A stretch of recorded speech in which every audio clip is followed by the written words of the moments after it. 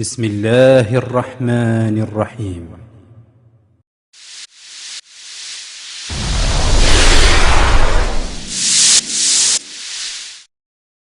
مبارک مبارک مبارک ہو تم کو، مبارک مبارک مبارک ہو تم کو یہ حج و زیارت، مبارک ہو تم کو متاع سعادت، مبارک ہو تم کو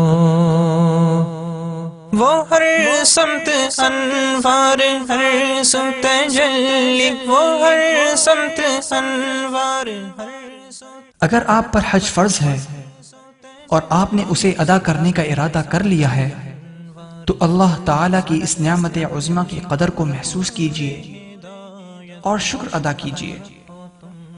حج کے اعمال اور اس کا طریقہ سیکھنے میں مشغول ہو جائیے۔ حج پر جانے کے لیے اچھا رفیق سفر تلاش کیجئے جو حج کے مسائل جانتا ہو اور صالح بھی ہو، پھر پورے سفر میں اس کے مشوروں پر عمل کیجئے۔ روانگی سے قبل تمام چھوٹے بڑے گناہوں کی سچے دل سے توبہ و استغفار کیجئے اور آئندہ گناہوں سے اجتناب کا پختہ عزم کیجئے۔ جن بندوں کے حقوق آپ کے ذمہ ہو انہیں ادا کریں، سب سے معاملہ صاف کر لیں، معافی مانگ لیں۔ جن امور کی وصیت کرنی ہو تو وہ کریں یا وصیت نامہ لکھ دیجئے۔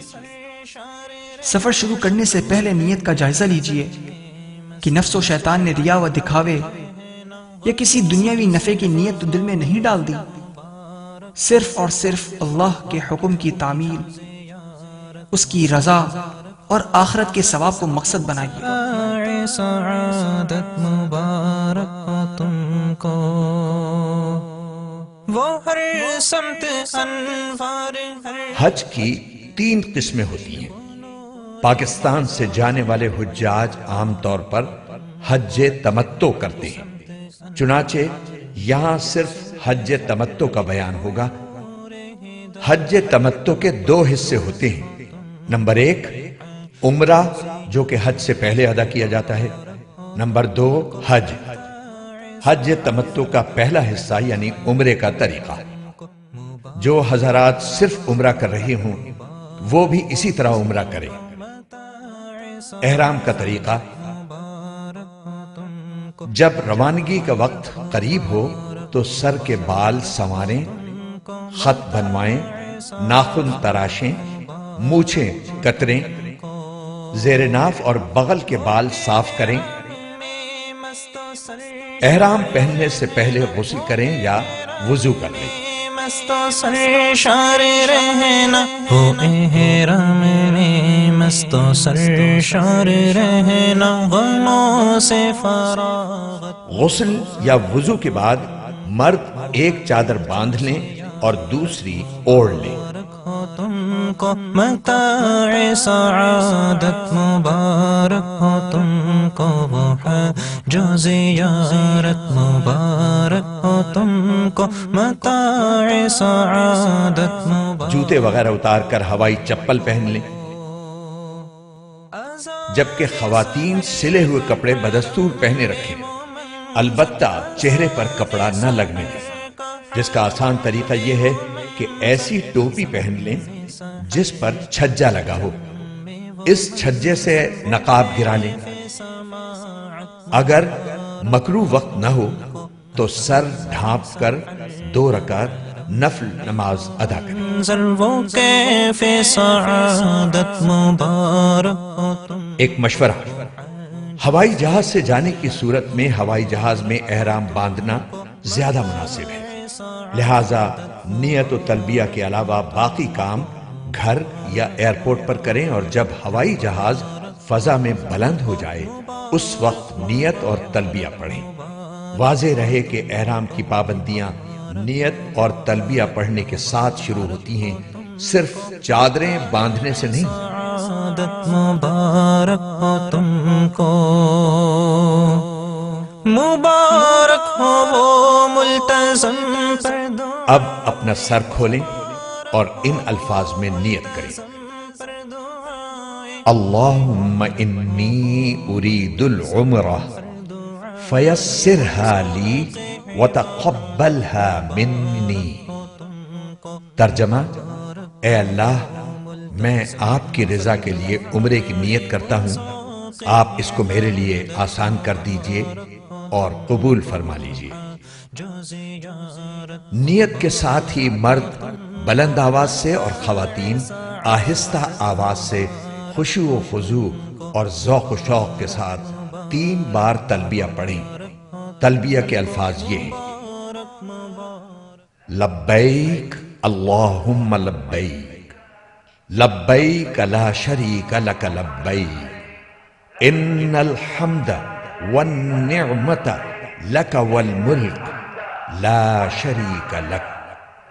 ترجمہ: میں حاضر ہوں اے اللہ تیرے حضور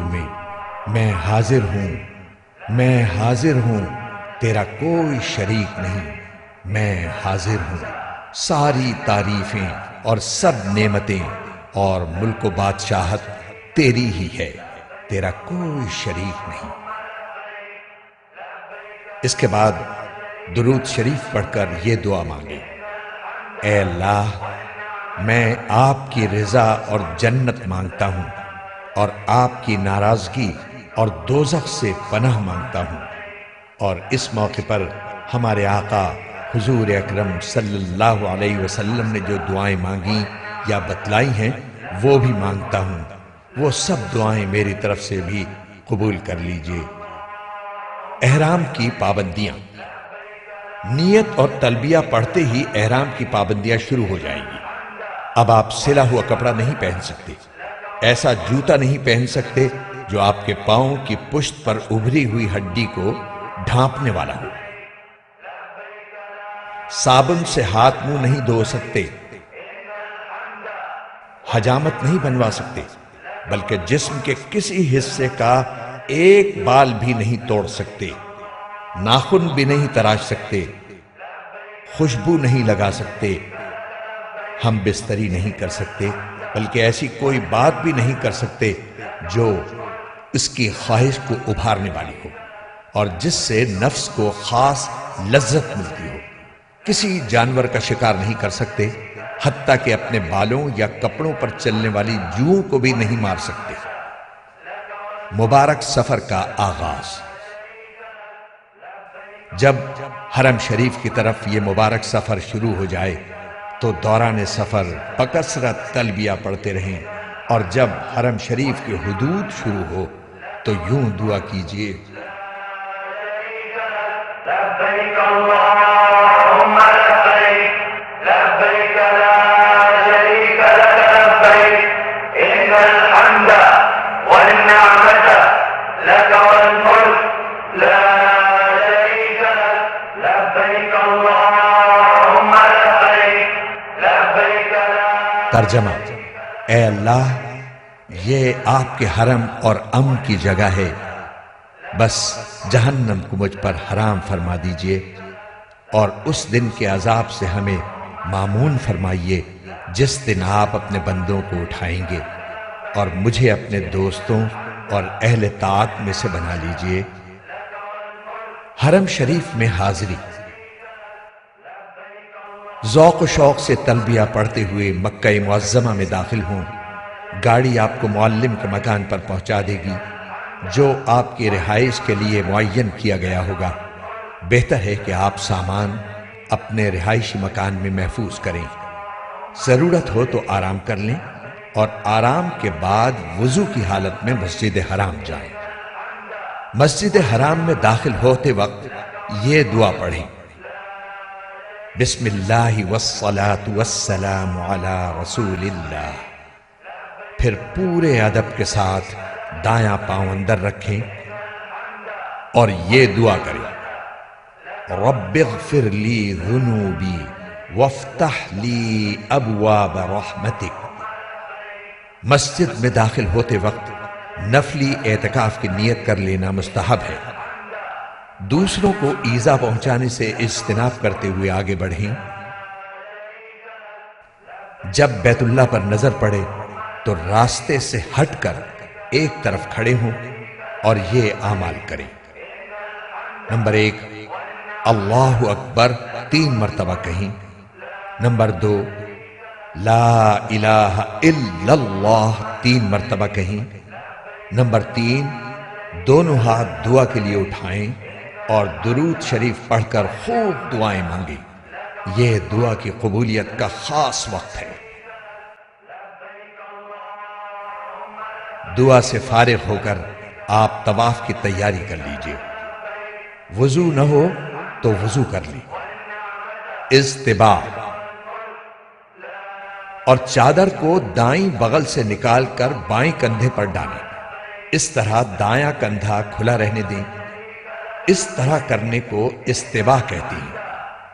یہ حکم صرف مردوں کے لیے ہے۔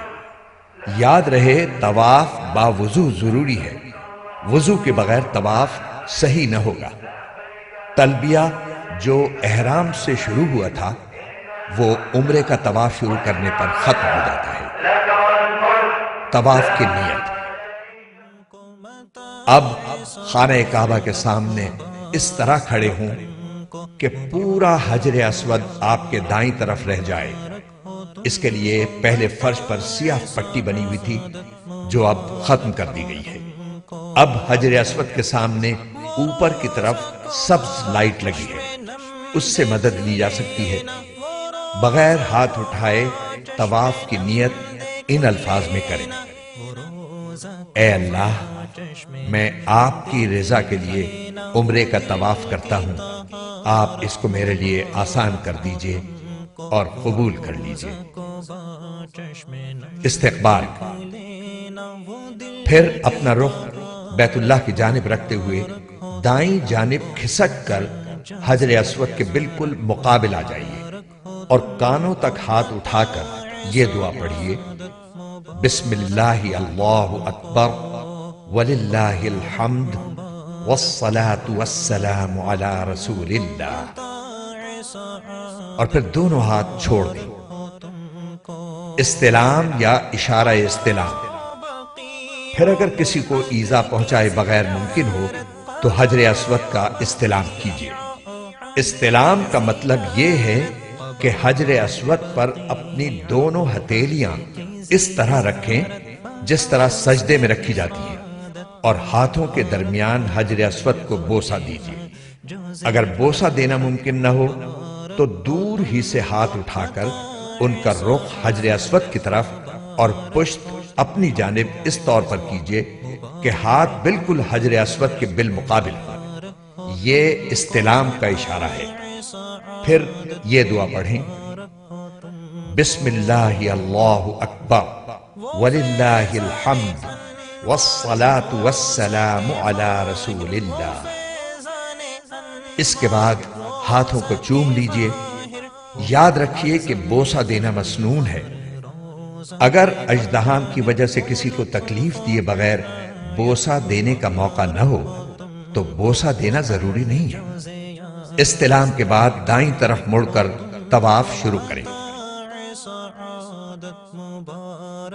ہدایت: یاد رکھیں کہ حجر اسود، رکن یمانی اور ملتزم پر اکثر خوشبو لگی ہوئی ہوتی ہے، اس لیے حالت احرام میں ہاتھ نہ لگائیں ورنہ دم وغیرہ کا خطرہ ہے۔ تاکید: حجر اسود کے استلام یا اشارے کے سوا دوران طواف خانہ کعبہ کی طرف سینہ یا پشت کرنا جائز نہیں ہے، اس کا خصوصی خیال رکھیں۔ رمل: مرد حضرات طواف کے پہلے 3 چکروں میں اکڑ کر شانے ہلاتے ہوئے قریب قریب قدم رکھ کر قدر تیزی سے چلیں، باقی چکروں میں حسب معمول چلیں گے۔ رکن یمانی: چلتے ہوئے جب رکن یمانی پر آئیں تو اس پر دونوں ہاتھ یا داہنا ہاتھ لگائیں۔ رکن